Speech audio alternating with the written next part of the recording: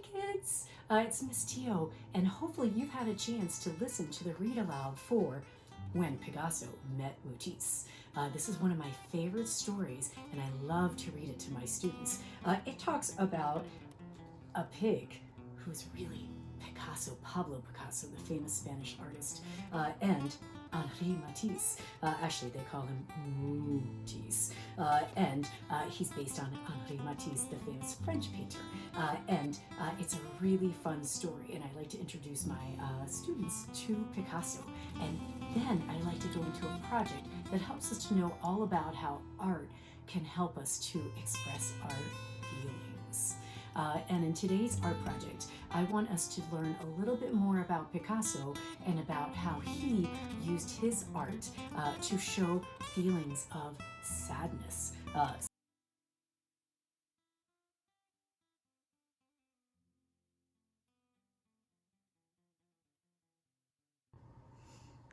Kids, here's another book that I like to sometimes show to my kids. It says Pablo Picasso, Breaking All the Rules. And it tells us a little bit more about Picasso and his background. He was one of the most famous artists ever. And he was famous in the last 100 years. He was from a country in Europe called Spain. He was born in Malaga, and he moved to Barcelona, and he studied in Madrid. And early on, when he was really young, he went to Paris, France. That's in another country called France. It was the art center of the world. And he was there with his best friend, and they were really poor. They were just getting started. There were times he didn't have enough money to even buy food, so he was often really hungry. And then his best friend died. And it made him really, really, really sad. And he started painting everything in what the art historians now call his blue period. What do you think that was for? You're right. It was because everything he painted had blue in it, had blues and grays and blacks. And he was using those colors to show how sad he felt. And our art project today is going to be about that. It's going to be about how we can use colors to help show how we feel inside. In Picasso's blue period, he was feeling sad, and he also decided to use sad situations as his inspiration. So he was feeling sad and he was looking for things that were sad. The subjects of his paintings were often poor people, a blind person, people who had really difficult lives. And as you can see here in one of these examples, this is a picture of an old man playing a guitar. And you can see that his skin is blues and grays. And those are the colors that he's using all throughout his picture. So for our art project, for this particular one, we need to come up with our ideas. We need to figure out what we're going to make a picture of. I call that brainstorming, and sometimes I do this thing called thumbnail sketch, where I make these very small little rectangles, and I draw some ideas. I sketch them real fast before I make my final decision about what my picture is going to be. So one of my ideas could be, and now you want to think about what makes you sad. And right now I'm sad because school's closed and I miss all of my students. So I might draw a picture of my school. And I can, and for these little ideas, we just make stick figures. So I might draw my school and myself here. Stick figure, sad. Okay, here could be another picture. And I remember my daughters had lots of fish as pets. And oh my goodness, how many sad situations did we have where the fish died? So I might show poor little fishy dying. So that might be something that is also a subject for something that makes me sad. So I want you to take a moment and to think about something that makes you sad that you might want to make a picture of. And for today's project, you're going to need a pencil, an eraser if you don't have one on your pencil. And I usually use crayons or markers. But if you have one of these crayon boxes that has at least 24, we're going to have a good number of blue colors that we're going to be using, because this is going to be called Feeling Blue, and we're going to be just like Picasso. So I think I am going to make my picture about school being closed. So I am going to get my paper, and I usually like to start with the ground line because I'm doing a picture for outside. And my school has a really cool front with a triangle, and we have these things called columns. So I'm going to draw that. And remember, guys, we're just doing the best we can. It's okay if it's not 100% perfect. What we're trying to do here more than anything else is to express our feelings. So here I'm going to draw the columns, and these are steps. Whoop. And if there's anything I don't like, I can just erase before I start to color it in. And there's another set of columns right there. Yep, I think there. I'm going to fix that up. Yeep.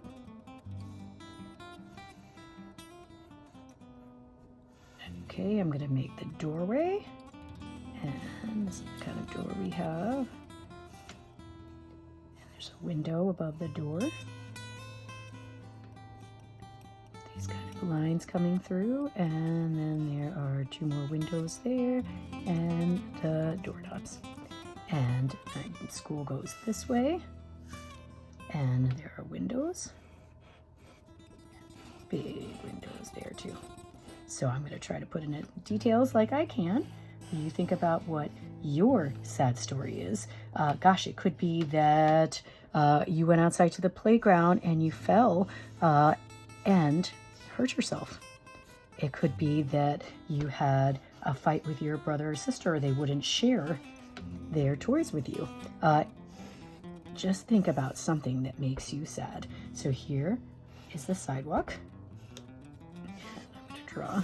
These are the steps coming out, and I'm going to draw myself here. Now, in my little thumbnail sketch, I drew a stick figure, but here I'm going to try to put a little more detail. Remember, we did drawing shape people, so remember, all of us are just made up of shapes.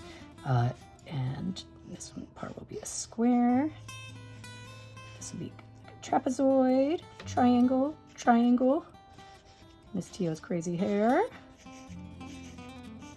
And here, I'm going to make myself sad, because remember, this is a Feeling Blue picture. I'll erase some of these lines here. Arms. Oh. Legs are just rectangles. Shoes. Shoes. Maybe I'll put myself wearing boots. Okay. And I will draw some tears coming down. So I have the basics. If I want to draw any other details, if I want to fix anything, now's the chance. Again, we're trying to express feelings here, so some of those details don't matter quite as much. What matters is that you think about something. This is a way for you to think and feel through your artwork. So I've got the picture. Do I want to put a sun? Maybe I don't. Maybe I want it to be a really cloudy day. Okay, now here comes the part that sometimes can be a little frustrating, but is part of you learning about how colors help us with feelings. I'm going to look in my crayon box, and I'm only going to pull out blues, grays, and blacks. So here I've got gray. Okay, I think I got it all. So look how many colors I came up with. I have one, this one's cerulean, indigo, blue, black, blue-green, and gray. And now, friends, these are the only colors I get to use in this picture. Now, but what if this building is brick, which it is, by the way, it is red brick. Oh no, I am not going to be able to use red brick, so it's not going to be 100% realistic. And for my skin, do I have blue skin? Well, not lately. I've not noticed that. That means I'm going to have to use one of these blue or gray tones for my skin. We now have the challenge of using only this limited color palette. And let's see if at the end of this project, it ends up feeling sad. the way that Picasso's felt sad. So, you know, you might be saying to yourself, but, you know, Miss Teal, blue is my favorite color, and it doesn't usually make me feel sad. It usually makes me feel happy. And I would say, well, yeah, that is interesting. Everyone's going to have a slightly different feeling about colors and opinions about colors, and that is totally valid for you to feel the way. Blue is one of my favorite colors too. I grew up at the beach, and I love different blue colors. It reminds me of the different colors of the water in Florida where I grew up. But I will tell you, you know, you'll have to decide when you're done actually coloring this in. There's something to be said when you start adding the grays and the blacks in with the blues. It does give it a really different feeling. And when I start putting my skin color in using these blue shades, then you really start to feel a little bit more like a Picasso blue period. So that's what they call that, by the way. The historians called it his blue period because literally every painting was made with blue shades all over. So normally things like skin everything was blue. Okay, so I am just going to start filling everything in. Again, of course, the more details that you put in, the more you get to color. So if you haven't already done all that, feel free to pause the video and take your time. We have plenty of time, and I want you to have a really cool picture when you are done. So I'm going to make some of these details. I'm going to decide while I'm coloring this, gosh, what color do I want this normally red brick building to be? But I've got almost all the details here, and I'm just coloring it in. I know there's a cool window here, and there's a kind of decoration and plaster that comes on the side. So I will do the best I can to remember that. I love to draw this with my students, and this is a little window up here. And since I've been doing this, I have started to have some ideas. I'm tracing the steps that go up to my school. Gosh, and maybe I even put a sign that says school closed. Oh, that's a good idea. And that way it's clear why I'm sad. School closed. Wah. Okay, so I will continue to outline with the black. Remember, we're only using these colors. That's going to make it easy for the sky. But what about for the bushes? Oh no, that's okay. Let's use some different colors. So let's see here. I'm going to get indigo, and maybe I'll make my bushes indigo and color those in. Okay, maybe I'll make these bushes indigo as well. You can see how you feel about the color blue when you're done with this project. And I'm getting awfully close to my person. Maybe I will decide to go ahead and color my person in too, my own body. And remember, I can only use these blue colors.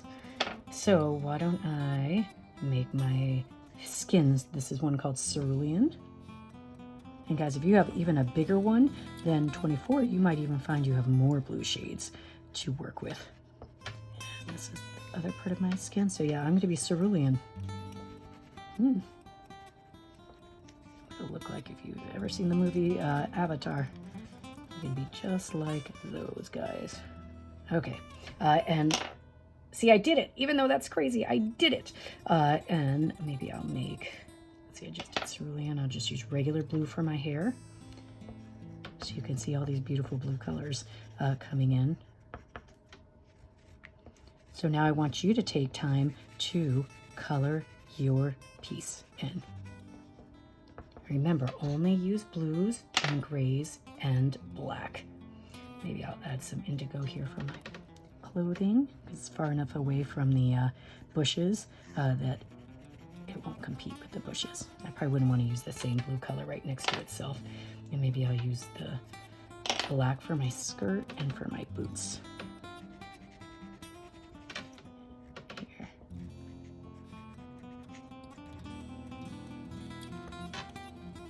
So you can see as I'm starting to fill in that some of my lines are do a little better with the crayon. So before I finish coloring in, I'm going to erase the pencil lines before I put the crayon in, because once I cover it with crayon, I won't be able to erase those pencil lines. So this is just one of those tricks we learn the more we make art, that you want to make sure you do that if you want your picture to look nice and neat.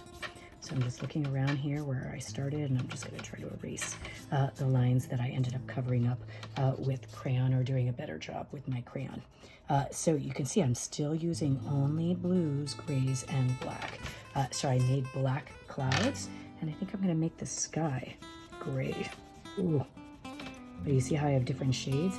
And you probably also learned by using crayons so much that you can press harder in some places to get different shades. So I can do black really dark, or there I did like a medium with the black, and that made more like a charcoal gray.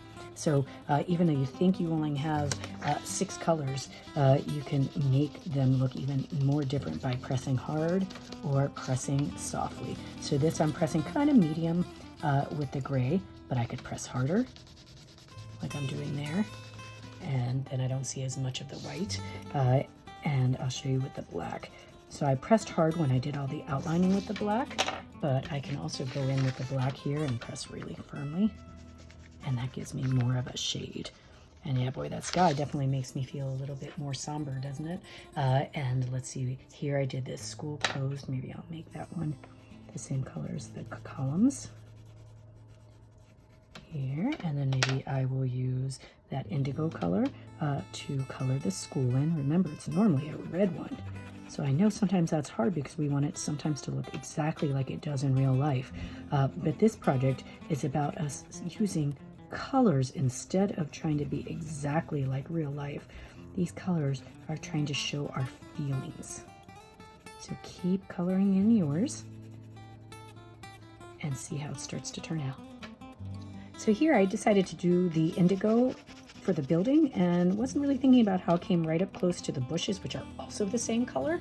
I could leave it the way it is because I did press firmly for the outline, but I also could decide to make it a slightly different color by adding a color on top. You can get these colors to blend with crayons. So look, I'm adding some gray, and now that looks really different.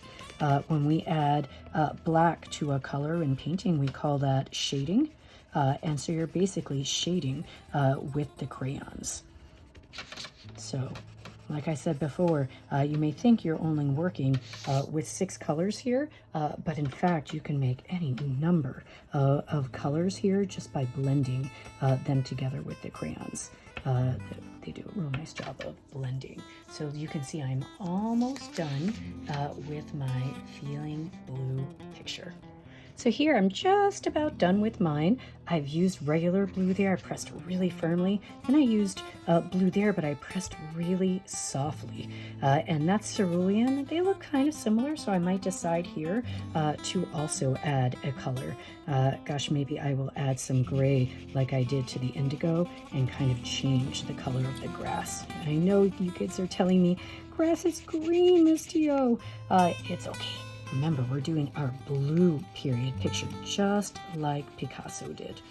So we are suspending what is normally what we would use for colors, and instead trying to see whether the colors we use here help to express our feelings of sadness. So when you're done with your picture, see whether maybe that made you feel a little bit better about whatever it is that made you sad. Art does that for me, makes me feel better. And I look at those colors and I think, you know, that does remind me of the colors that Picasso used. He put a lot of grays and blacks in with his blue shades. So thanks for trying the first part of our Feeling Blue art project. In the first part, we learned about Picasso and about how he made paintings when he was real young that the art historians called blue period because he was showing how sad he was about the difficulty of his life, his best friend passing away, the sad things that he saw out and around him, and how he used blues and grays and blacks to express those feelings. So we did one where we chose an actual subject that looked like something that was maybe a story about something that made us sad. I also want to show you a way that we can do the same project, but we're going to do it abstractly. What does that mean? What does it mean to do something abstract? Well, in art terms, it means that we're making a picture that is not trying to look like anything real. We're going to use colors and we're going to use lines and shapes, but it's not trying to look like anything we can name.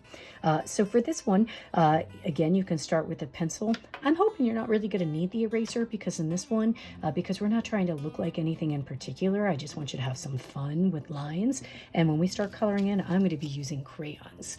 Again, you can use crayons, markers, colored pencils, but we're only going to use this limited color palette of blues, grays, and blacks because we're still trying to express sadness.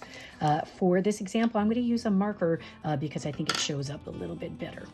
So here I've got my Sharpie. I've got a paper underneath so it doesn't bleed through to my table. And now I am just going to be making curvy lines. And remember, I don't care what it looks like, have some fun.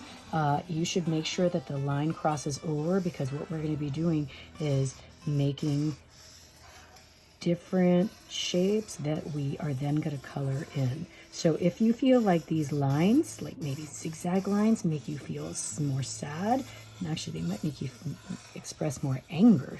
So maybe I'm just going to do curvy line. You decide, but you can see I'm not trying to look like anything. I can cross it over. And when I feel like I have made the lines go all around my paper, I don't want there to be big open spaces, then I can stop the line. So you can see that it looks kind of crazy. I don't think it really looks like anything in particular, though I know with our imagination, we could probably imagine the different things that it could be. But right now, I'm going to leave it like that. I'm going to cap up my marker, and now I get to start coloring in. Do you see all these shapes that I made? Each shape is going to have its own color. So for example, I might use this cerulean here, and this is cerulean, no, this is regular blue, and I'm going to color this shape in, but I'm not just going to go and color the whole paper. This picture turns out really cool when you take the time to color different shapes that are next to each other, different colors. So I'm not going to use the blue right next to it, but I could come over here. This shape isn't touching that shape I just colored in, and I can color this one in blue. Now, just like we learned in the last part of this project, you can get different blue colors by pressing firmly, you can get it by pressing really lightly, and you can also get it by mixing colors. So look, I went a little bit out of the line. Oh no! It's okay. Remember, we're having fun. We're expressing ourselves. We're going to see how this turns out and how this makes us feel compared to the picture we just drew, which was something representational. We were trying to draw a picture of something that looked like something real. And here we are not. Here we are just going to be using colors and shapes. So here I am going to press really firmly on this one. So I like to go around and spread that color so that I have a balance of color around my paper. It also takes a little less time, because you can see I drew a lot of shapes. Oh yeah, that's nice and firm. But I could decide for this one, let's see what happens when I add gray to it. It definitely changes that color. Makes it a little bit deeper there, and it makes it a little duller. And I can go around and start adding some gray in some of these shapes. But you can see I'm not going to put gray in that shape, but I could go over here and put gray over here in one of these triangles that I created. And I'm going to go around here. I can do gray next to the blue because they're not the same color. And I'm going to try to color in as carefully as I can. Now I'm ready to switch over. I think this is indigo. Oh, there's a teeny little shape there. Oh, this one comes out much darker blue. So again, I'm just going to color in my shapes. Now remember, guys, you are going to make sure you don't do the same color next to itself. It's already kind of looking beautiful with these blue colors and the gray and the blacks. Haven't put any black in yet. Maybe that'll be next. But you can see I'm just going to try to move my paper around and make sure that I get the different colors. Like this one I can put here because they're not right next to each other. Maybe it's time for some black. And There were a few shapes that I made that were kind of on the big side. So you're gonna have to be a little more patient when you color those in. So I can see that is a really big shape. I couldn't decide, by the way. That's too big a shape. Maybe I wanna make another line. It goes like this, so that made that shape a little bit smaller. And that's kind of a big shape, but it's kind of cool. So I think I might leave that. So you look there, like there's a really big shape. Maybe I'll make that one smaller by cutting it up. You can decide that as you're going along. This is your picture and you are in control of it. So here's one of the shapes that I made a little bit smaller, and I'm going to take my time. I know I have to be patient to color it in, but I promise if you take the time to color it in, you will not be sorry. So you can see I've been coloring along. I've been doing the different shades of blue. I've been putting in black. I'm seeing this one. Remember, you can blend colors. So feel free to even add some of the blues together and see what kind of color you end up with.